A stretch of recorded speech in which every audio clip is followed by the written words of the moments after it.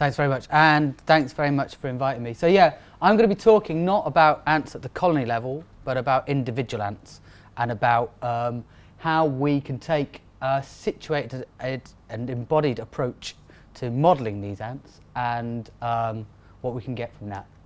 So the broad topic I'm talking about is navigation, and the task that we talk about is visual homing. So it's been known that insects, the Hymenoptera in particular, are sort of champions, visual homers for many years. So this is from Tinbergen in 1930. And what Tinbergen do, so this is a digger wasp, and she's trying to find her nest, and it's an inconspicuous little nest hole in the desert.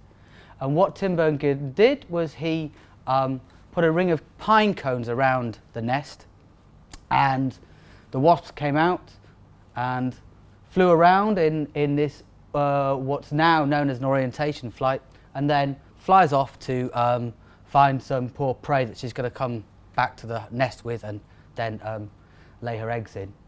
And while she was away, Tinbergen, being a crafty chap, then moved the ring of pine cones just a little bit distance away from the nest, so the nest's there, and moved the pine cones here. And when the wasp comes back, despite the proximity to the nest and all the other local cues around, she searched in where the nest was relative to the pine cones. Okay, so this shows that what they're using is vision. They're basically using vision to learn the world, and they're going back to a place that looks like home. And what's particularly impressive about them is they do this with one trial learning. So from her very first time she leaves the nest, she's got to learn what it looks like and get back, otherwise she's going to die. And insects, as we know, have relatively small brains, and they've got quite low resolution eyes. So the question is how they manage to do this. And the reason we study this, apart from ants being one of my main loves, the reason we study visual learning in these systems is because they're a beautiful system to study the interaction between the innate behaviours and learning in natural environments, for reasons that I'll come to. So they have to do all this. The one thing they've got to do this with is with very poor eyesight.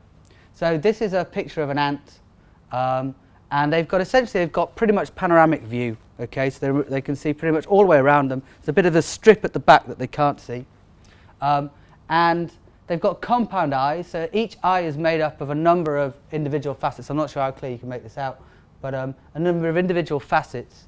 And this is the eye of a desert ant, and it's got about 500 of these facets per eye. So if you imagine, if you take this down to numbers of pixels it can see the whole world is made up of 1,000 pixels. So you know, you've got a 1 kilobyte phone, or roughly 30 by 30, probably 20 by 35 set of pixels that images the whole world. So at best you've got about a 4-degree acceptance angle. So it's a very, very blurry image. So this is a natural scene, and this is roughly what it's going to look like to the ant, roughly. Okay, so that's it blurred down to the sort of natural level. So they've got to do a very difficult job. They've got to learn the world first time they go out, and they've got to get back. They're going long distances. They've got to do it with poor eyes and a small brain, and the question is how. So why do I look at ants, apart from my love of them, is because they're navigation specialists. So like the Hymenoptera, their particular evolutionary niche is that they're mainly all female. So all the foragers are female, all the ones that go out are female. They're as related to their sisters as they are to their mother. It means that for them to help their sisters survive is as good as helping them to survive. So what they do is they're central place foragers. They go out, they find food, they come back to the colony, they give the food up to the colony, they go out again, they come back, they go out again, they come back. So they learn very well. You can get a lot of trials out of them in a day because they just keep going out and coming back. So they're specialised by evolution. They've got a very small brain, and together these things mean we can get efficient and very parsimonious mechanisms. They've got a real small budget of neurons to work with, and so evolution has somehow tailored them to work very well with these things. So we can get these very simple and beautifully elegant algorithms. For ants in particular, I have done some work with bees, and bees are great, but they fly away and they go a couple of miles away and then they come back, and that's quite tricky. Whereas these ants are going naturally 20 to 30 meters, so it's quite easy to follow them over the whole course of their range. And even in the labs, when we're getting them to run 2 or 3 meters, it's still roughly in the range of their natural foraging things. We get in sort of naturalistic environment. So we think that they're probably one of the most complex things that you can study in their natural habitat over the whole course of their range. Okay, so to take a step back, so we know, it's been known for years that they use vision basically to navigate. So how do they do this? Well, there's a concept called the snapshot model of navigation, which is essentially this. So this is some work from Rüdiger Wehner. So he had ants, and this was it, their food in this case was located where this red X is, and he put 3 cones around them, and he trained them to this situation, and then he took the food away and looked at where they searched, and the search distribution was peaked at the center here. He then got the 3 cones and moved them out to twice the distance away and saw where they searched, and the search distribution was pretty much random. Okay. He then replaced these 3 cylinders with ones that were twice the size, and the search distribution came back. And basically what he was showing was that what they were using to navigate, they remembered what the world looks like from their nest, from their food in this case, sorry, and then they just want to go back to a place that looks like the world did from that place. So at this point here, this is the only place in the world where the world looks the same as it did here. So they've got that kind of Father Ted problem where they can't tell the difference between big and far away and small and close. Okay, it's just they're going to go to where the world matches. So this is another example. So here, work from Paul Graham from our lab. The ants have been trained to find food in between these 2 cylinders. And again, this is the search distribution. And if you replace the cylinders with 1 small and 1 big, they then search where the world looks the same as it did. So at this point here, the world from this point here looks the same as it did in training. Okay? So the idea is they're trying to match something of what they've seen, and they're going to keep moving until the world looks like what they remembered it. And so this, in summary, is the kind of snapshot model of navigation. And there are many kind of image matching models of this process. So essentially, you iteratively, you remember what the world looks like from your goal. Then when you're away from that, you keep comparing what you're seeing with what your memory was, and the difference, you just move to minimize the difference. And you move until I get back and it's like, yeah, this looks like what I remembered, so I'm home. Okay? So this is the kind of the sort of standard model. And so this would be the sort of thing we would do if we're simulating this. We would have some model of this. From each position, we would keep working out a direction we should move in. And over an iterative process, we'll get back to the nest. It's very simple. And kind of one of the slightly subtle points is that at each point in time, you can be quite wrong. You know, theoretically, you've just got to get it into the right half of the world, and eventually you'll get back. But even if you're within plus or minus 45 degrees of the correct direction, because it's iterative, you're going to get back eventually. And when you get close to your nest, there'll be some odours from the nest that will drive you in eventually. So that's the kind of basic model. However, what we want to do is update this model. This has been the kind of dogma for since '83 really. So what we're talking 30 years. So we're trying to update this model. And what do we want to look at? Well, we want to look in a natural environment and over natural scales. We want to look at the sensory ecology of the ants. So we want to understand what they see. And we want to look at realistic biological constraints on movement. And essentially, we want to take what we'd call a situated and embodied approach. This is kind of coming from the language of artificial life, and why I've got this kind of title in the paper is that, so if I'm talking about something being situated, I want to look at it within the environment for which it's been evolved. and something about the environment might make it easier to do the task than if it was just in a random environment. And by embodied, I mean that it's got a body, and its body will constrain its movements. In this case, ants, unlike bees, ants are constrained to move in the way they're facing. Okay, they can't sort of turn around and do this, whereas bees quite happily can move sideways, can face a certain direction while they're moving in different ways. So we've got constraints from the body, we've got constraints if we observe the behaviour in the environment, we can get some more information. So I'm going to look at three things. I'm going to look at what visual information ants use. I'm going to look at how they use this information. I'm going to come on to how they manage to traverse such long routes and a model we've got of that. And in the last bit, I'm going to sort of talk about implications for robots. And this is a very in-joke to myself, where I was once interviewed by South Today. I don't know, did you get Southern News here? Yeah, about how Brighton was going to become a city of the future.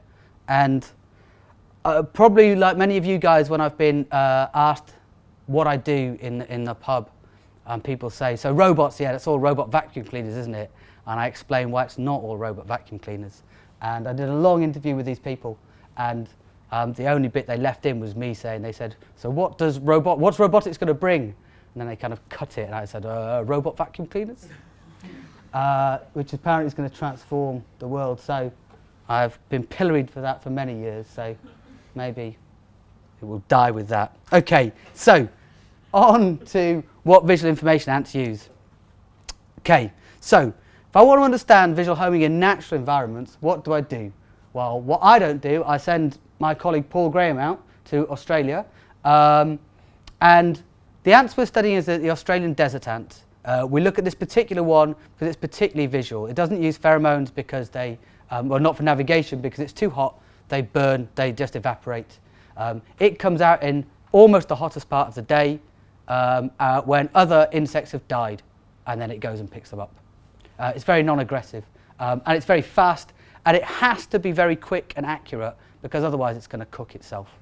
Okay, so that's why we look at these. So what Paul did is he established a nest, a route between nest and feeder, close to an air-conditioned building, and then he wanted to make a crude panorama. So he took an image, a panoramic image from the food, I think in this case, and looked at what it looked like. So this is a panoramic image. You're going to see a few of these. So what we've got is we've got a camera pointed down onto a conical mirror. We take a 360-degree view. So we're missing a bit of sky, or we're missing a bit of ground here, but this basically wraps round to here. And he wanted to see what they would do and make a mock-up of this. And people, when they see this image, they think, well, that's a stupid place to do it because ants are just going to aim for the house, right? But if you look in a panoramic image, so this is kind of some portion of the visual field, the house is here, and it just disappears. So this is one of the very easy insights you can get about sort of sensory ecology. If you look through the eyes of animals, the world can look very, very different. And the task, you realise the task at hand is suddenly very different to what you might be thinking it is. So anyway, so Paul wanted to make a world that looked like this. So with his best plastic working skills, he built a kind of arena away from the test ground, and it looks roughly like this. Okay, so it looks roughly like the world did there. And when he tested them, when he tested the ants in the arena, they went the correct way. And then when he rotated the arena, they went in the way that's predicted by the panorama, okay, by this rotated panorama. And he had to do it at this weird angle because in this test site he had to mask off this tree where it was going. So we can say from this that ants are happy with kind of crude panoramas of the world. This is sufficient information for them to home, the pattern of objects against the sky. It would be very salient for an ant because they've got UV green contrast is one of their sort of receptive channels. So things against the sky will really stand out. The sky is full of UV and it gets blocked. So you're going to see it's going to look something like that. So the question then we can ask is, where is the information in this image? So the kind of obvious thing again to us is probably, well look, you've got these two big trees. Just remember where these trees are and then kind of triangulate against those. So he wanted to see what happens when he disrupted the panorama. So he retested ants, and he either, put them on a little board called a goniometer where you can measure the angles they go, and then this would be the control condition where they could see everything. This is another control condition where they can see nothing, so he puts a wall around them. And they were able to navigate quite happily in that, and they weren't able to navigate when they couldn't see the panorama at all. All fairly obvious so far. He then did two other control conditions, one where he masked out the lower half of the panorama, and one where he masked out the upper half of the panorama. And interestingly, and this is the kind of half it was masking out. So in the one where they could just see the tops of the trees, they weren't able to do it. And the one where they could just see the bottom of the world, they were able to do it. Okay? So it's clear they're not kind of just picking out one or two salient landmarks or features in the world and using that. They're kind of using information from the whole of the environment. So it's not, he's not trying to say that they're not using the top half, but they're using information from all around them, and probably using it in a way that's kind of more holistic, where they're not dividing the world into particular objects, but just what the world looks like. So to test this a bit further, we wanted to do some modelling of this. So we wanted to see if these kind of skylines could be used for visual homing. So to do this, we need to go and look at the navigationally useful information in natural environments. So what we do is we take our, this is the conical mirror with camera I was telling you about. This is the natural habitat. So it's called the Australian desert, and like many Australian things, it's slightly misnamed. So there's kind of there are lots of trees, but mainly grass tussocks. But it's fairly inhospitable. But it's quite a difficult environment if you imagine your ant is going along here 30 metres. It's kind of amazing to me that, I mean, I think the tussocks all look pretty similar to one another. There's not a lot of features there. So what we do is we take our camera out and we take images along the routes of ants and then try and see what information is contained within those images. So this would be one route we took, which is kind of quite an open route. And if I take it back, you can kind of see things move fairly predictably over the eye. This is every 5 metres, I think. So this tree kind of moves away like this as you go along the route, and other things appear behind you. And we also tried more cluttered routes, where there were more going through more tussocks. And you can still see the background information moving okay, but the tussocks are kind of getting in the way. And if you look at these and look at what we then do is we take these routes and look at the pattern of the objects against the sky. So just with some rough sky finding algorithm, we find the skylines and look at these across the routes. You can start to see how insects might be able to do this. So this is the skyline. So this is the start of the route going towards the end of the route. And this is an image of a tree as I go down the route. There's another tree here. But what you can see with these kind of images, without any further analysis really, is you can see that the information is there. The information for homing. You can see that things are moving predictably through this environment. And even in the cluttered route, there are areas where things are moving kind of predictably. And so there's going to be information there that we're going to be able to use to home.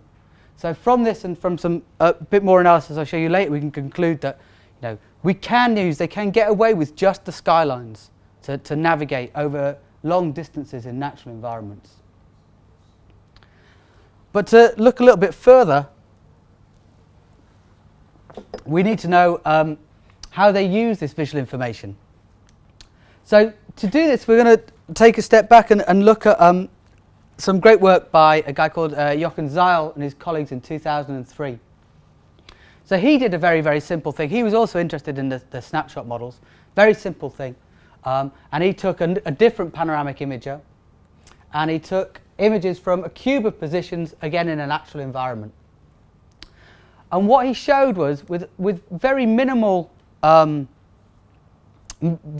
processing, that the differences in images increase relatively smoothly with distance away from the point, from the goal position.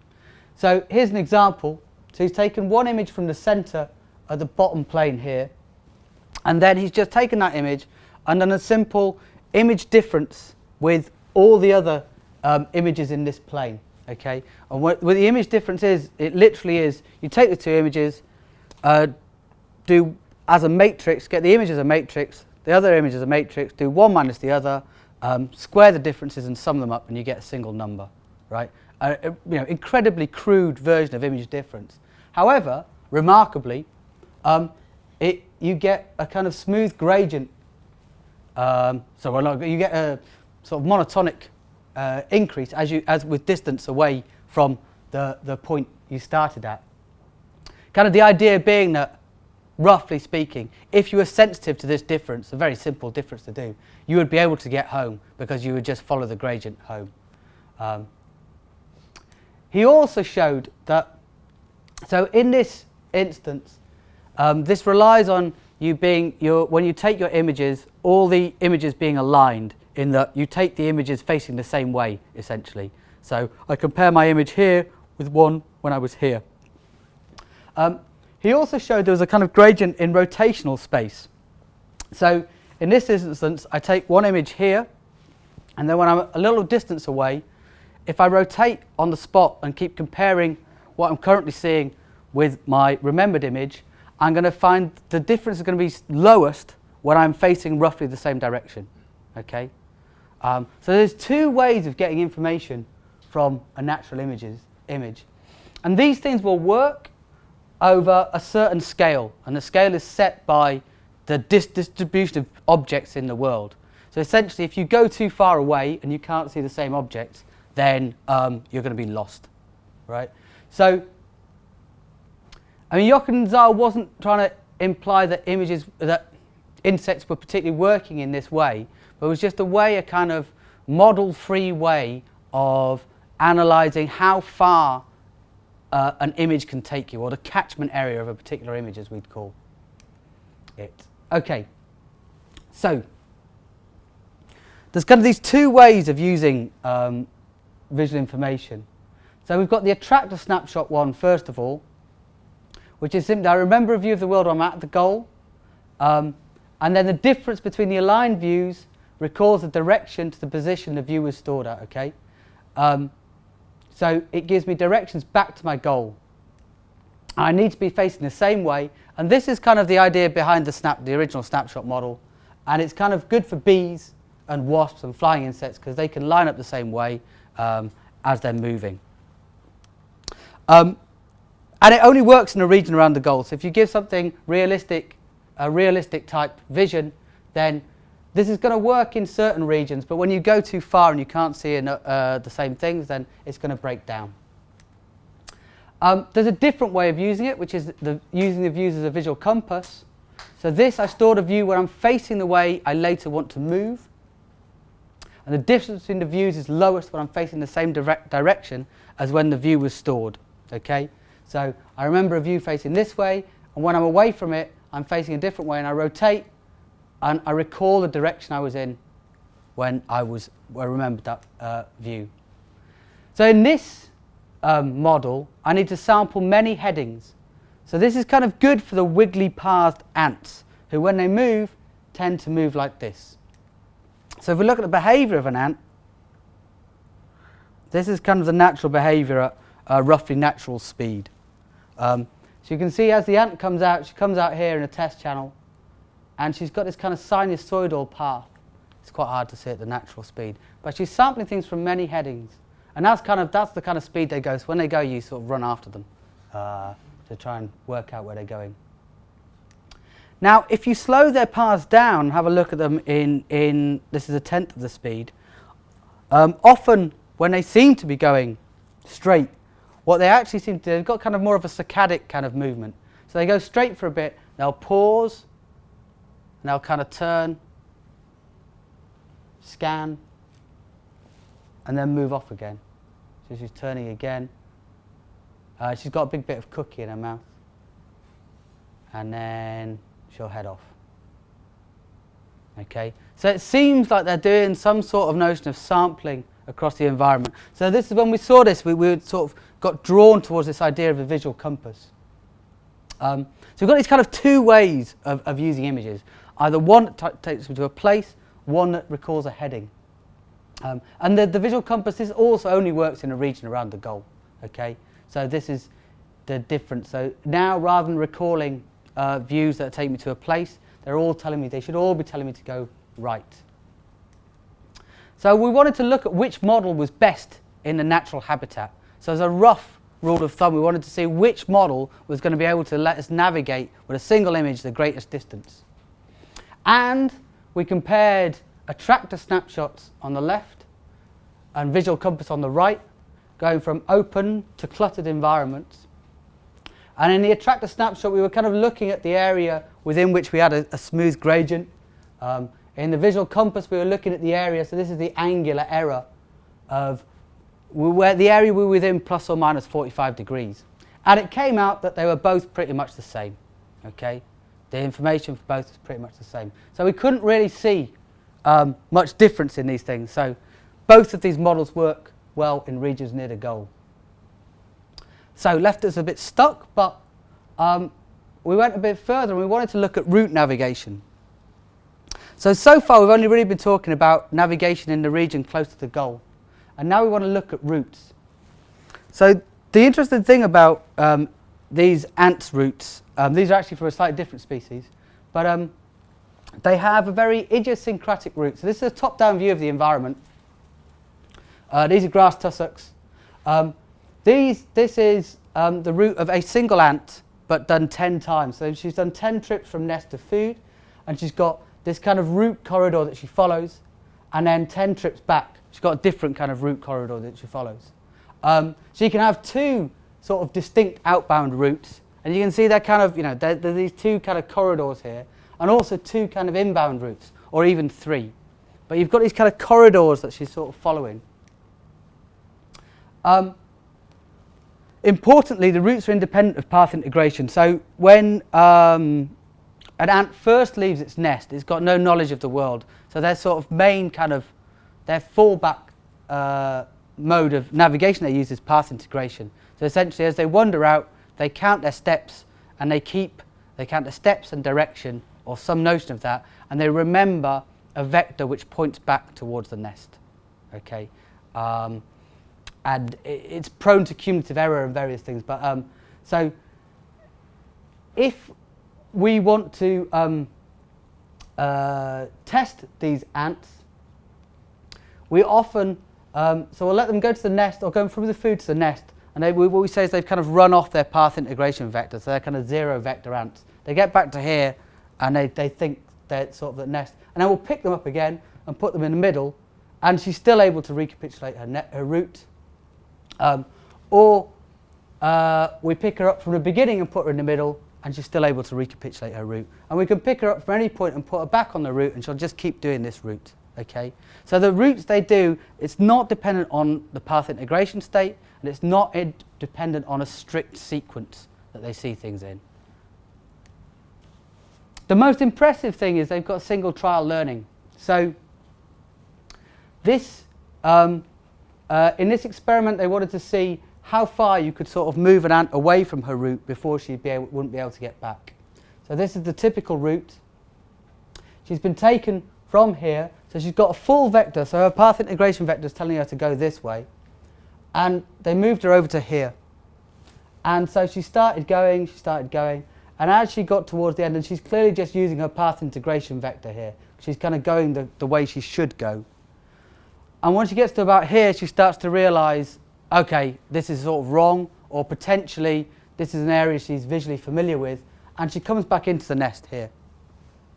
Now the interesting thing is, at this point, she was collected again and put back to the beginning of this point, and she did the same thing again. Okay, so she's learnt that extra bit of route in a single trial. She's seen it once, and she's learnt it. So what we want is a model of route navigation that's capable of learning things in a single trial, independently of path integration, independently of the sequence of things that are learned. So our first instinct, yeah, sorry. Can I ask you one question? Yeah, of course.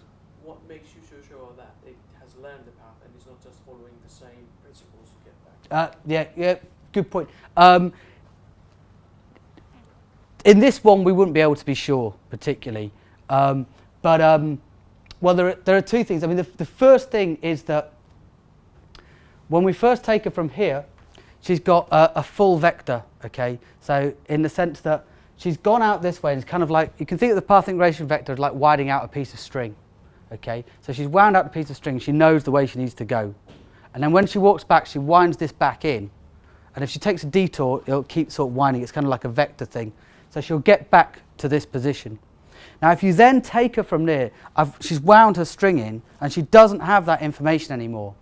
So from lots of other experiments you can show if you then take them in that state and put them back somewhere, they're just going to be lost.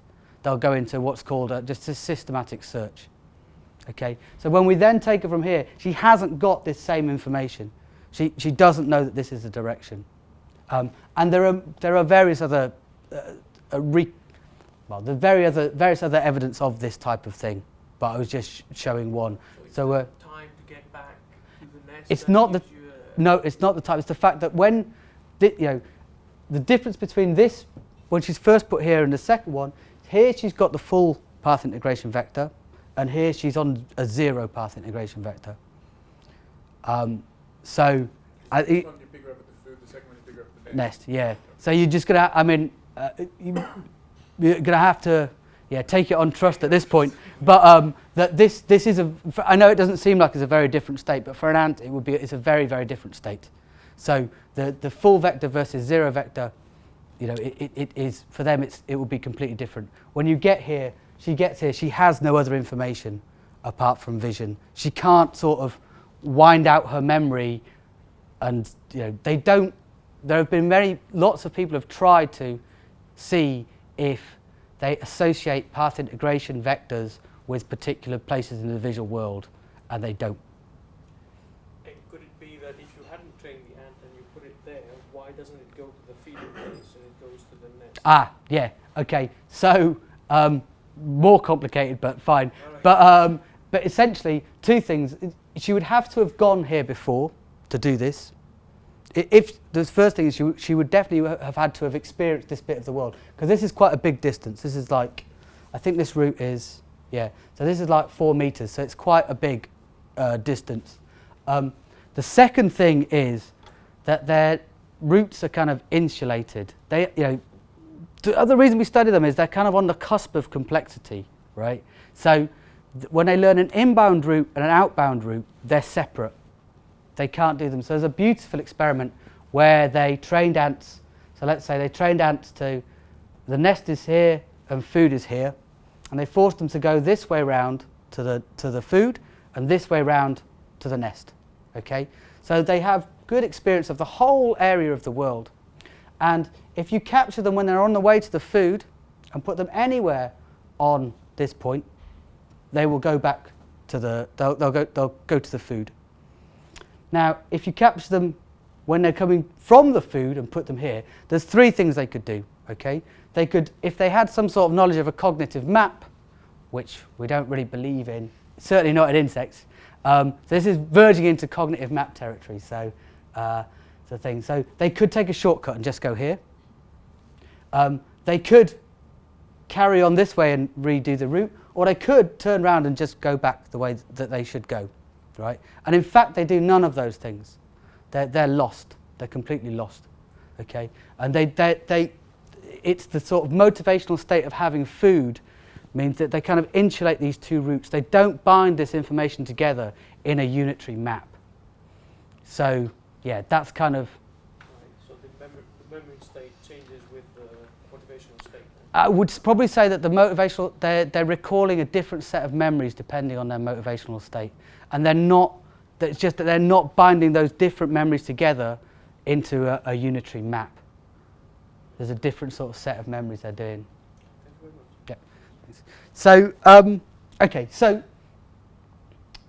if we want to extend the range of these simple snapshot models, we might think what we need to do is just chain a load of these together. So the idea being I store a sequence of memories and I just go to each one in turn. And when I start to get lost, I remember another one and I learn this route in this way. So to test this, what we do is we take a series of fairly poor images like this is a particularly poor one, and build up a virtual world in which we can sort of test our agents. And this is some work by Barbara Webb and Mike Mangan in Edinburgh.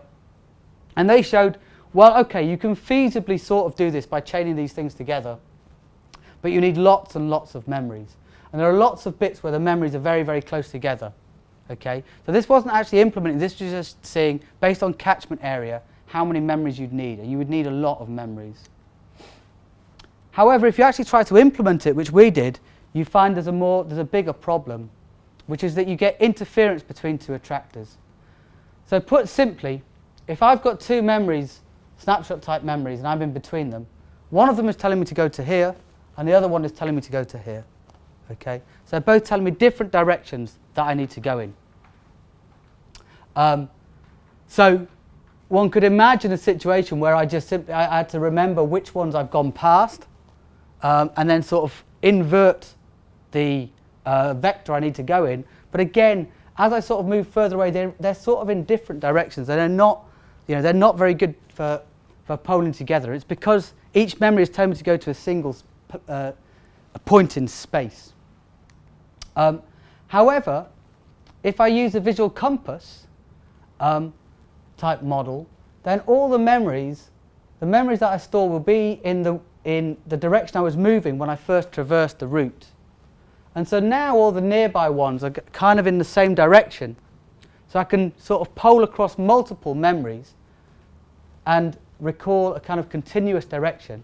And this will drive me back along the route.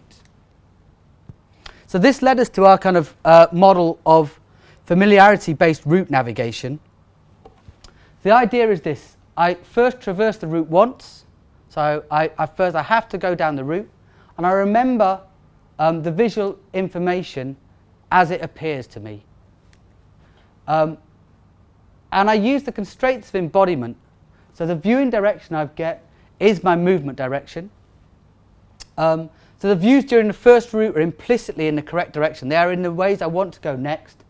And importantly, the views recall the appropriate headings I should take. So it tells me, each view tells me what I should do in a particular situation and not where I should go. So I never locate myself. I never need to know where I am. I just need to know what I should do. And so if I learn these familiar views, it implies learning the home directions. When I come back, I just look in different directions, and if a view is familiar, it's likely part of the route, so I move in that direction. And essentially, we recast route following then as a search for sort of familiar directions.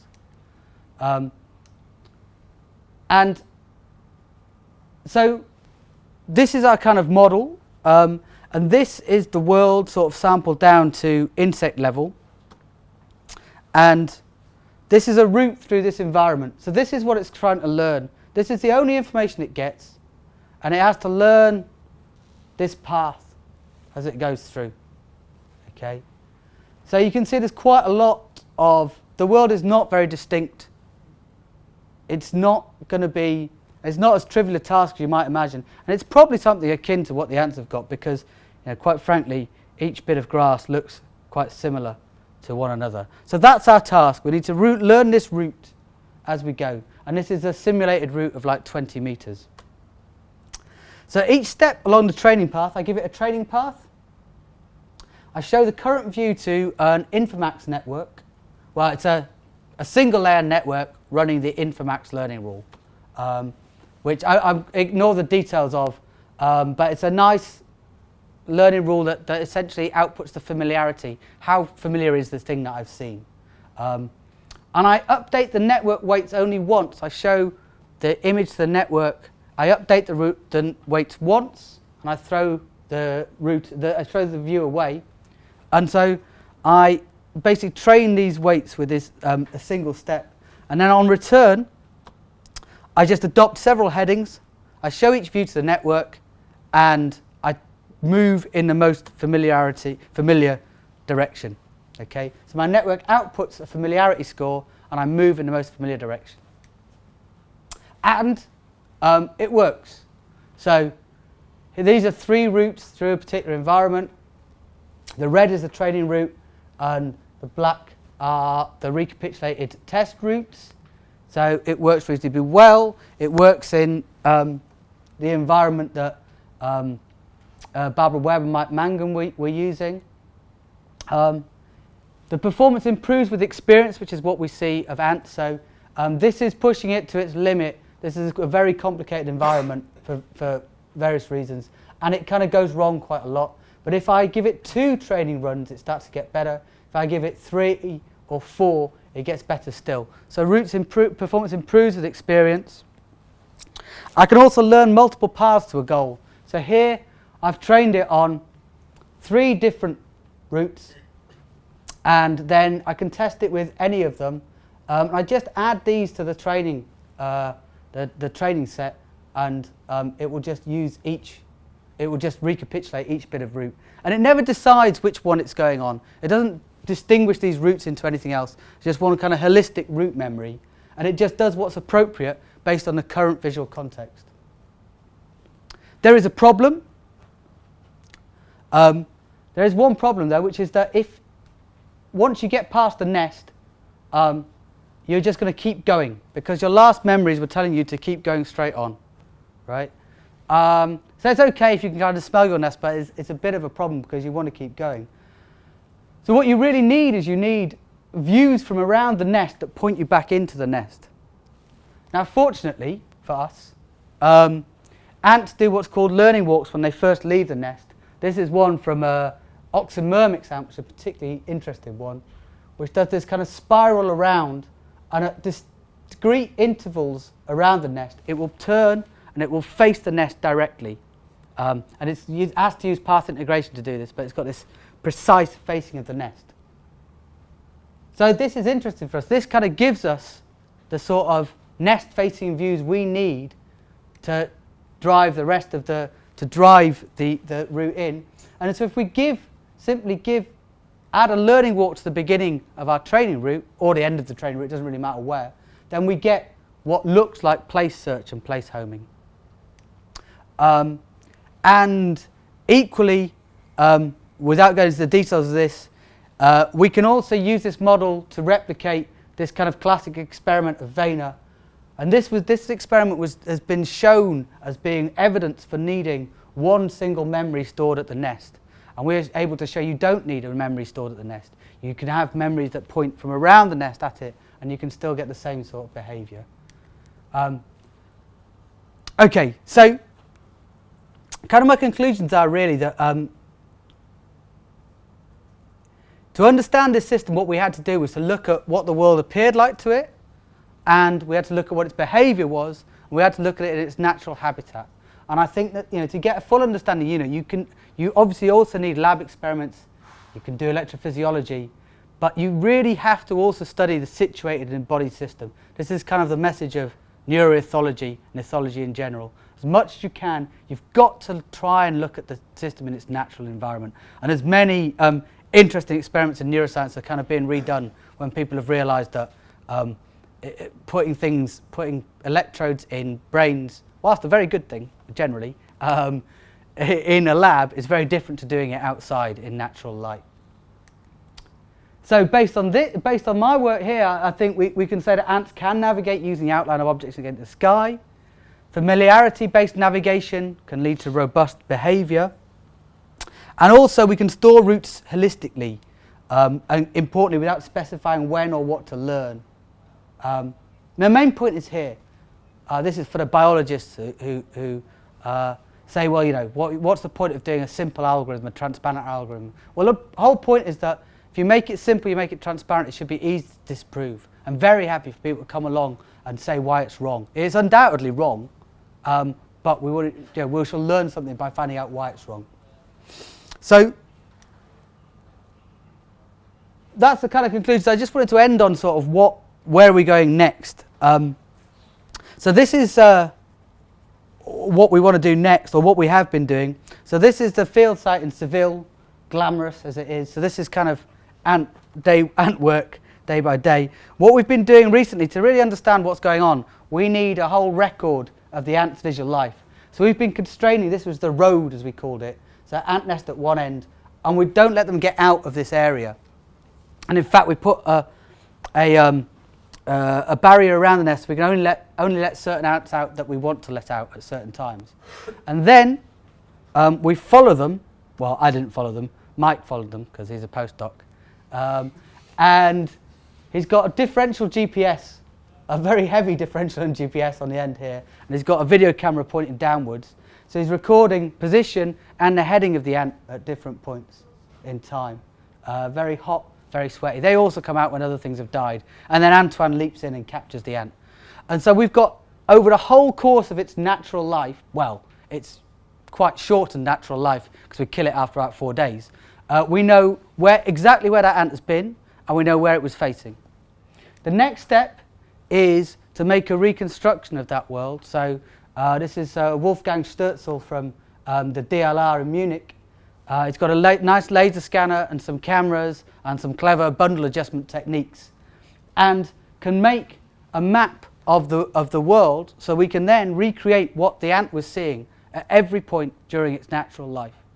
And then we can really say, okay, well, is it possible for it to be able to do this? Is it possible, given our algorithm, that it was able to reproduce this behavior?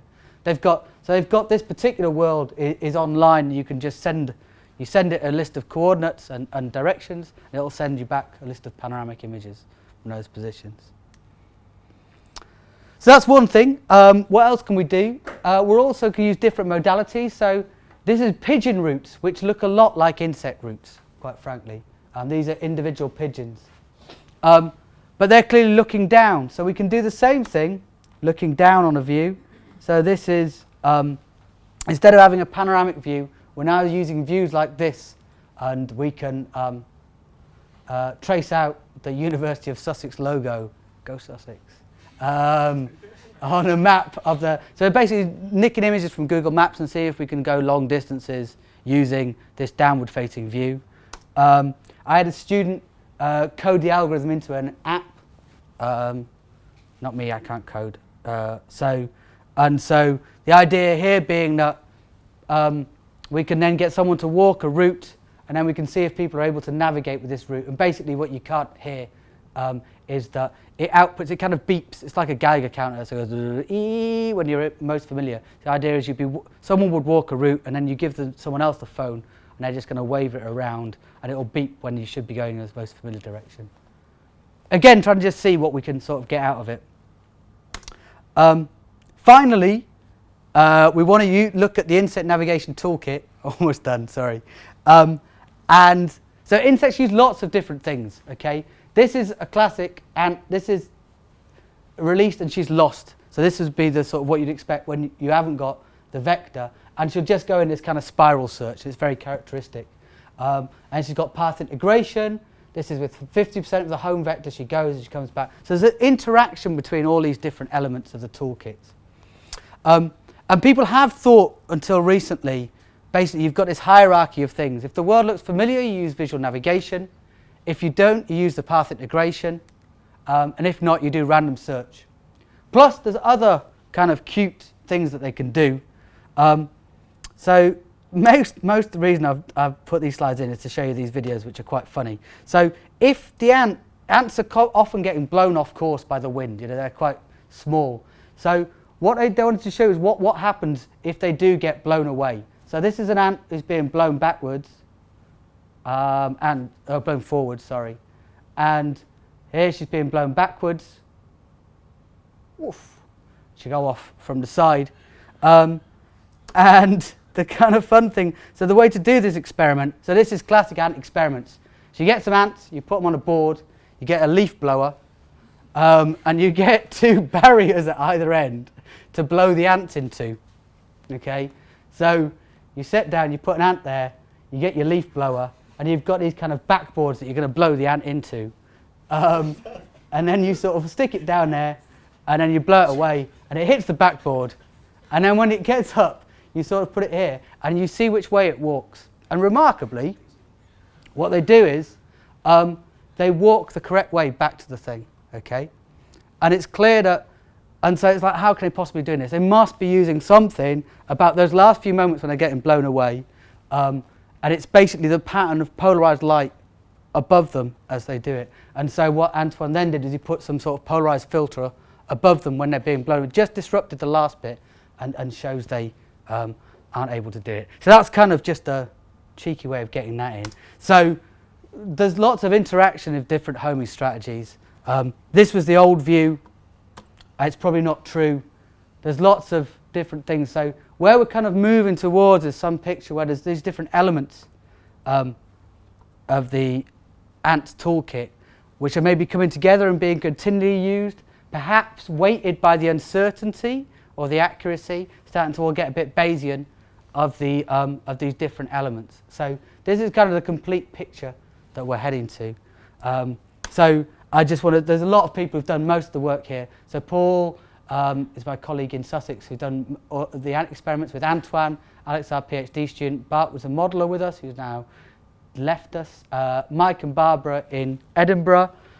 Doug from Oklahoma who did the sort of downward facing stuff. And Wolfgang who did the difficult laser scanning. Thanks very much.